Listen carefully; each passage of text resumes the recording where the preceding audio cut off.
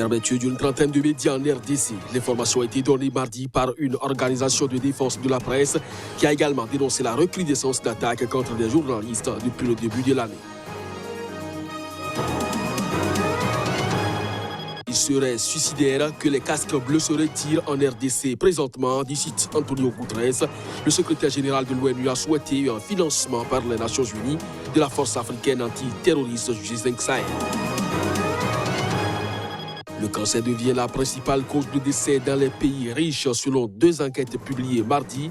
Cependant, les maladies cardiovasculaires demeurent la principale cause de mortalité dans le monde chez les adultes d'âge moyen. Bonjour à chacun, bonjour à tous et bienvenue dans cette session d'information sur Sika. Il serait suicidaire que les casques bleus se retirent de la République démocratique du Congo présentement, dit Antonio Guterres. Le secrétaire général de l'ONU a souhaité d'ailleurs un financement par les Nations Unies de la force africaine antidjihadiste du G5 Sahel. Reportage. Le secrétaire général des Nations Unies s'est prononcé au sujet de l'avenir de la mission des Nations Unies au Congo. Pour lui, la RDC est un facteur de trouble ou de stabilité pour toute une région. Il n'est donc pas question de l'abandonner du point de vue non seulement des Congolais, mais surtout des intérêts de la communauté internationale. Le patron de l'ONU a assimilé la milice d'origine ougandaise, ADF, qui sème la terreur localement dans l'est de la RDC au groupe islamiste armé en Afrique. Mais pour le moment, nous restons engagés avec la République démocratique du Congo et je dois dire d'une façon très claire, les Nations Unies n'abandonneront pas le peuple congolais. Nous sommes convenus que la MONUSCO va renforcer sa capacité d'action vis-à-vis l'ADF et va renforcer aussi sa coopération avec les forces armées de la République démocratique du Congo pour mieux répondre aux préoccupations sécuritaires des populations face à cette menace qui est non seulement congolaise, c'est vraiment déjà une menace internationale. Le secrétaire général de l'ONU, Antonio Guterres, a souhaité un financement par les Nations Unies de la force africaine antiterroriste du G5 Sahel, qui a inclus la Mauritanie, le Mali, le Burkina Faso, le Niger et le Tchad, estimant par ailleurs qu'il serait suicidaire que les casques bleus se retirent de la République démocratique du Congo. Fermeture d'une trentaine de médias en République démocratique du Congo.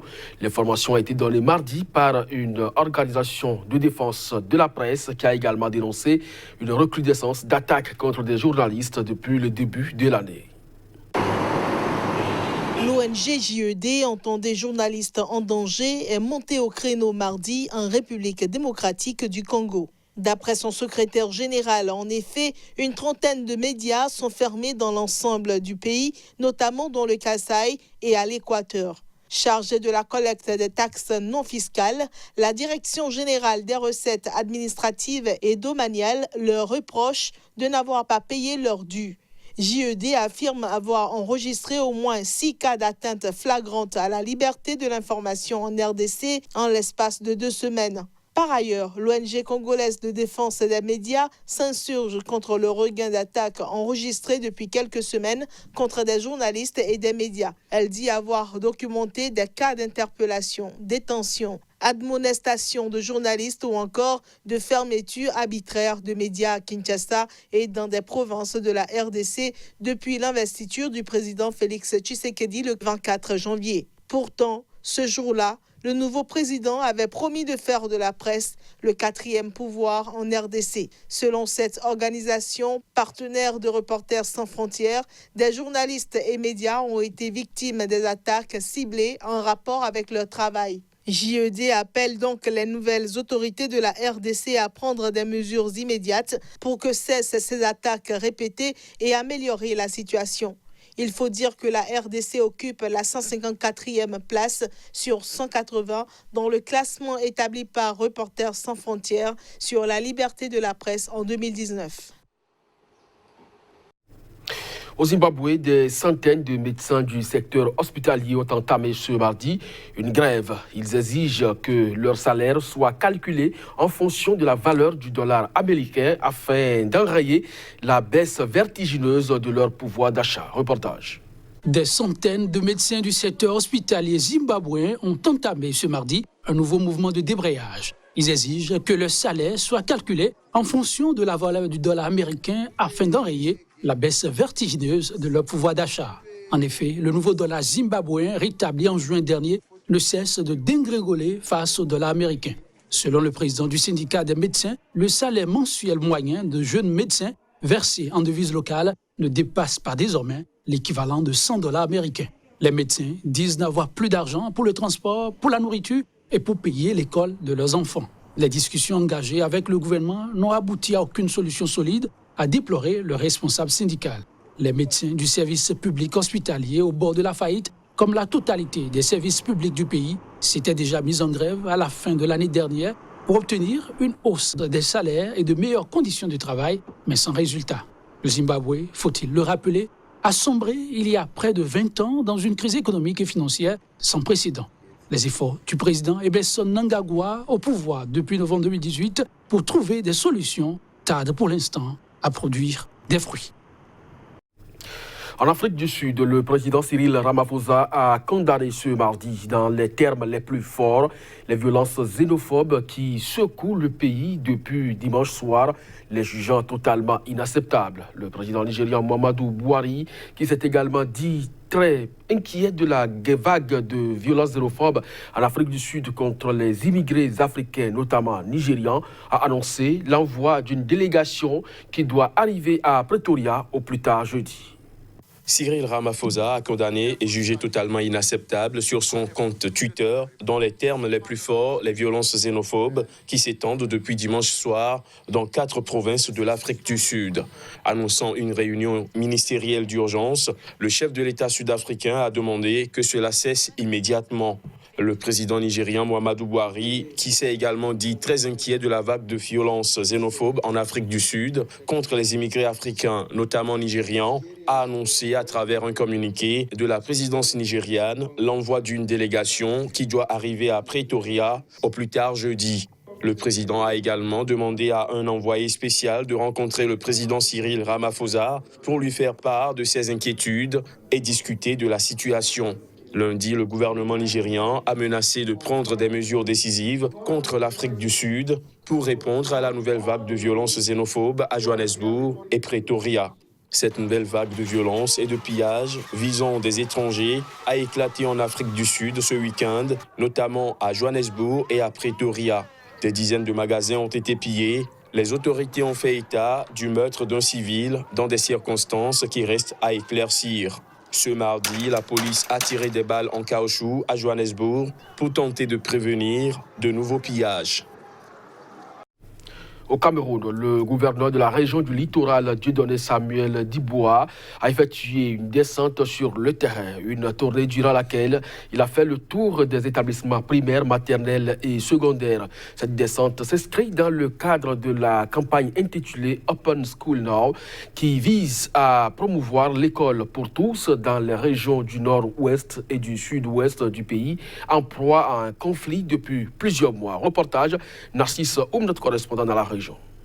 Le gouverneur de la région du littoral et son état-major sont allés dans quelques écoles et lycées de la ville de Douala à la rencontre des élèves déplacés internes des régions anglophones et s'assurer de l'effectivité de la rentrée scolaire 2019-2020. Tous les établissements sont pleins, n'est-ce pas, de tous nos compatriotes qui sont partis des zones en difficulté.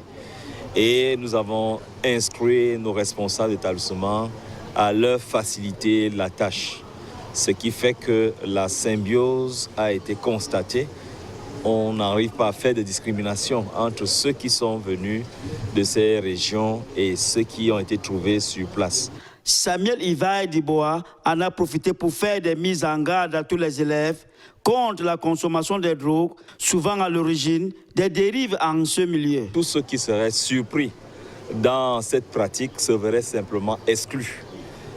L'école publique de Ndokpassi et le lycée technique de Douala Koumassi ont constitué les 2 dernières étapes de la tournée matinale du gouverneur de la région du littoral dans les établissements scolaires de la ville de Douala avec comme message central le vivre ensemble et la lutte contre la violence en milieu scolaire qui passe à coup sûr par l'éradication du phénomène de consommation des drogues par les élèves dans les établissements. Il a aussi invité les parents à prendre leurs responsabilités vis-à-vis de leur progéniture pour ne plus être surpris par les comportements que ces derniers affichent hors du cadre familial. La chef de l'exécutif hongkongais a affirmé mardi n'avoir aucune intention de démissionner. Carrie Lam concentre sur elle depuis 3 mois la colère du mouvement de pro-démocratie.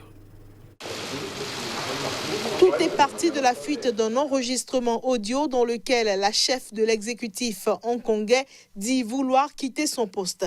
Carrie Lam s'exprimait après la diffusion par l'agence Reuters d'un enregistrement audio où on l'entend dire qu'elle démissionnerait si elle le pouvait. Mais l'autorité a tout nié en bloc, ajoutant qu'elle n'avait même pas envisagé de discuter de sa démission avec le gouvernement chinois. Rappelons que Pékin a la souveraineté sur le territoire hongkongais doté d'une grande autonomie qui lui est garantie en théorie jusqu'en 2047 en vertu du principe « un pays, deux systèmes ». Depuis le début jusqu'à maintenant, je n'ai jamais donné ma démission au gouvernement central populaire. Je n'ai même pas envisagé de discuter d'une démission avec le gouvernement central populaire. Le choix de ne pas démissionner est mon propre choix. Mais si vous voulez comprendre, parce que dans une rencontre privée, j'ai juste essayé d'expliquer qu'en tant qu'individu, étant donné les circonstances difficiles, partir serait un choix facile. Mais je me suis dit plusieurs fois ces 3 derniers mois que mon équipe et moi devions rester pour aider Hong Kong. À Pékin, le gouvernement chinois a assuré mardi devant la presse par la voix du porte-parole du Bureau des affaires de Hong Kong et Macao qu'il soutenait fermement Carrie Lam. Le régime communiste a par ailleurs averti qu'il ne resterait jamais les bras croisés si la situation devait dégénérer. L'ex-colonie britannique traverse depuis juin sa pire crise politique depuis sa rétrocession à la Chine en 1997. Je vous le disais en titre, le cancer devient la principale cause de décès dans les pays riches, selon 2 enquêtes publiées mardi. Cependant, les maladies cardiovasculaires demeurent la principale cause de mortalité dans le monde chez les adultes d'âge moyen. Reportage. Il est probable que le cancer deviendra la cause la plus courante de décès dans le monde dans quelques décennies, d'après des recherches limitées à 21 pays parues dans la revue médicale The Lancet. Les maladies cardiaques représentent plus de 40% des décès, soit environ 17 700 000 de décès en 2017. Les auteurs de ces recherches, dont les travaux sont présentés au congrès de la Société européenne de cardiologie à Paris, pointent de lourds tributs payés par les pays pauvres à ces pathologies. Le cancer, deuxième cause de décès la plus fréquente dans le monde en 2017, représente un peu plus du quart de tous les décès. Mais dans les pays riches, le cancer tue maintenant plus de gens que les maladies cardiaques, d'après ces recherches. On peut ainsi dire que le monde assiste à une nouvelle transition épidémiologique. Mais à mesure que les taux de maladies cardiaques diminuent à l'échelle mondiale, le cancer pourrait devenir la principale cause de décès dans le monde d'ici à quelques décennies seulement, avance Gilles Desganay, professeur émérite à l'Université Laval au Québec et co-auteur des 2 publications. L'étude porte sur plus de 160 000 adultes suivis sur une décennie dans des pays à revenus élevés, moyens et faibles. D'après ce travail, les gens des pays pauvres sont en moyenne 2,5 fois plus susceptibles de mourir d'une maladie cardiaque que ceux des pays riches. Dans les pays en développement, les chercheurs relèvent aussi le rôle de la pollution de l'air intérieur, de l'alimentation et du faible niveau d'éducation.